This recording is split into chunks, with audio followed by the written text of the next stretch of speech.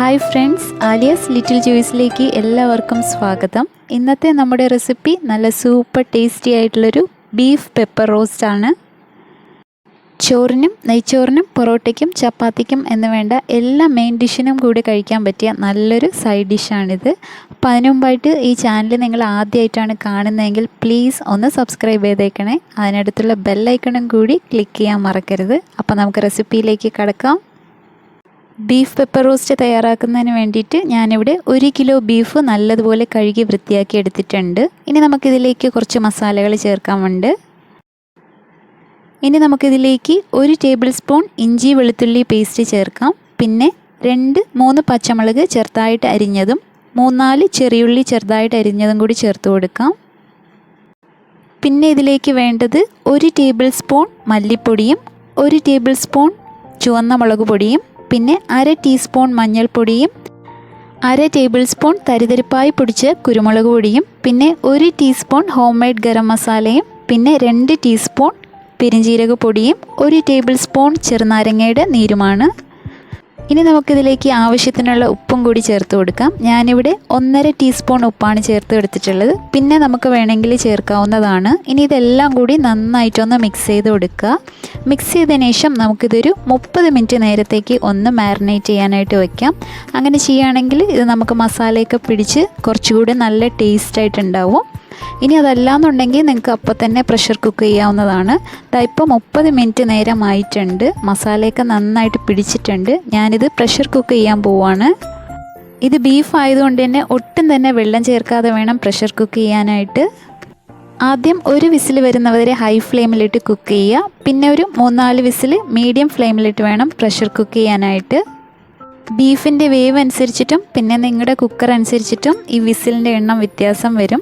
ഇനി നമുക്കിതൊന്ന് റോസ്റ്റ് ചെയ്യാം. അതിന് വേണ്ടിയിട്ട് ഒരു കടായി അടുപ്പത്ത് വെച്ച് അതിലേക്ക് 3 ടേബിൾ സ്പൂൺ വെളിച്ചെണ്ണ ഒഴിച്ചു കൊടുക്കുകയാണ്. വെളിച്ചെണ്ണ നന്നായിട്ട് ചൂടായതിനു ശേഷം നമുക്കിതിലേക്ക് 1 table spoon ginger garlic paste ചേർക്കാം.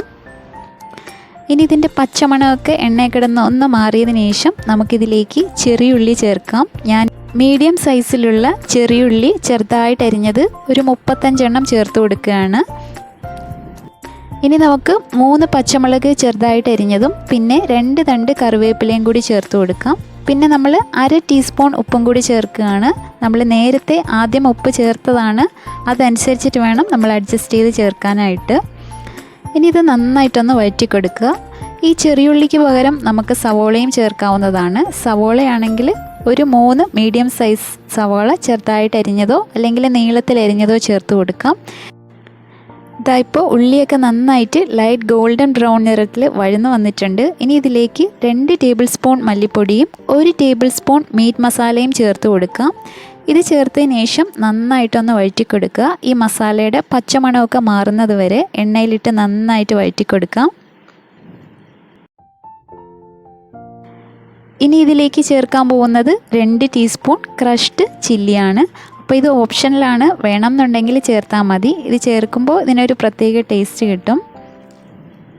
നമ്മൾ ആദ്യം ബീഫ് വേവിച്ചപ്പോൾ മുളക് പൊടി ചേർത്തതാണ്. അപ്പോൾ എരിവ് കൂടുതലോ കുറവോ വേണം എന്നുള്ളവർ അതനുസരിച്ചിട്ട് മുളക് പൊടി അഡ്ജസ്റ്റ് ചെയ്ത് കൊടുക്കാവുന്നതാണ്. ഇപ്പോൾ നമ്മൾ ഉള്ളിക്കൂട്ടിലേക്ക് ചേർത്ത് കൊടുത്ത മസാലയൊക്കെ പച്ചമണം മാറി വന്നിട്ടുണ്ട്. ഇനി നമുക്കിതിലേക്ക് വേവിച്ച് വെച്ചിരിക്കുന്ന ബീഫും കൂടി ചേർത്ത് കൊടുക്കാം. നമ്മൾ ബീഫിൽ നേരത്തെ ഒട്ടും തന്നെ വെള്ളം ചേർത്തിട്ടില്ല, പക്ഷേ അത് വെന്ത് വരുമ്പോൾ ഇതുപോലെ നിറയെ വെള്ളം ഉണ്ടാവും ബീഫിൽ. ഇനി നമ്മൾ ബീഫ് റോസ്റ്റ് തയ്യാറാക്കാൻ വേണ്ടിയിട്ട് ഈ വെള്ളമൊക്കെ നന്നായിട്ട് വറ്റിച്ചെടുക്കണം. അപ്പോൾ അതിന് വേണ്ടിയിട്ട് ഒരു മൂടി ഈ കടായിൽ വെച്ചതിന് ശേഷം ഇത് ഹൈ ഫ്ലെയിമിലിട്ട് ആദ്യം ഒന്ന് തിളപ്പിച്ചെടുക്കണം. ഇനി ഇത് നന്നായിട്ട് തിളച്ചതിന് ശേഷം നമ്മളിത് ലോ ഫ്ലെയിമിലിട്ട് ഒന്ന് വറ്റിച്ചെടുക്കണം. കുറച്ച് ഗ്രേവി വേണം എന്നുള്ളവർ അതനുസരിച്ചിട്ട് വറ്റിച്ചെടുക്കാം, അല്ലെങ്കിൽ നല്ല ഡ്രൈ ആയിട്ട് വറ്റിച്ചെടുക്കാവുന്നതാണ്. ഇപ്പോൾ നമ്മുടെ ബീഫൊക്കെ നന്നായിട്ട് വറ്റി വന്നിട്ടുണ്ട്. ഇനി ഇതിലേക്ക് തരിതരിപ്പായി പൊടിച്ച് വെച്ചിരിക്കുന്ന 1 ടേബിൾ സ്പൂൺ കുരുമുളകും കൂടി ചേർത്ത് കൊടുക്കാം. കുരുമുളക് തരിതരിപ്പായിട്ട് തന്നെ വേണം, ഒത്തിരി അങ്ങ് പൊടിഞ്ഞു പോകരുത്. കുരുമുളക് ചേർത്തതിന് ശേഷം ഇത് നന്നായിട്ടൊന്ന് മിക്സ് ചെയ്ത് കൊടുക്കുക. അധികം എരിവ് വേണ്ടാന്നുള്ളവർ 1/2 ടേബിൾ സ്പൂൺ കുരുമുളക് കൂടി ചേർത്താൽ മതിയാവും.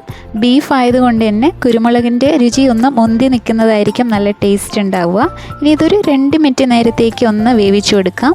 ഇനി നമുക്കിതിലേക്ക് 2 തണ്ട് കറിവേപ്പിലയും പിന്നെ 1 ടീസ്പൂൺ നെയ്യും കൂടി ചേർത്തതിന് ശേഷം നന്നായിട്ടൊന്ന് മിക്സ് ചെയ്ത് കൊടുക്കുക. നെയ്യും കറിവേപ്പിലയും ചേർത്തതിന് ശേഷം ഇത് നന്നായിട്ടൊന്ന് ഇളക്കി യോജിപ്പിക്കുക. അതിനുശേഷം നമുക്ക് സ്റ്റൗ ഓഫ് ചെയ്ത് കൊടുക്കാം.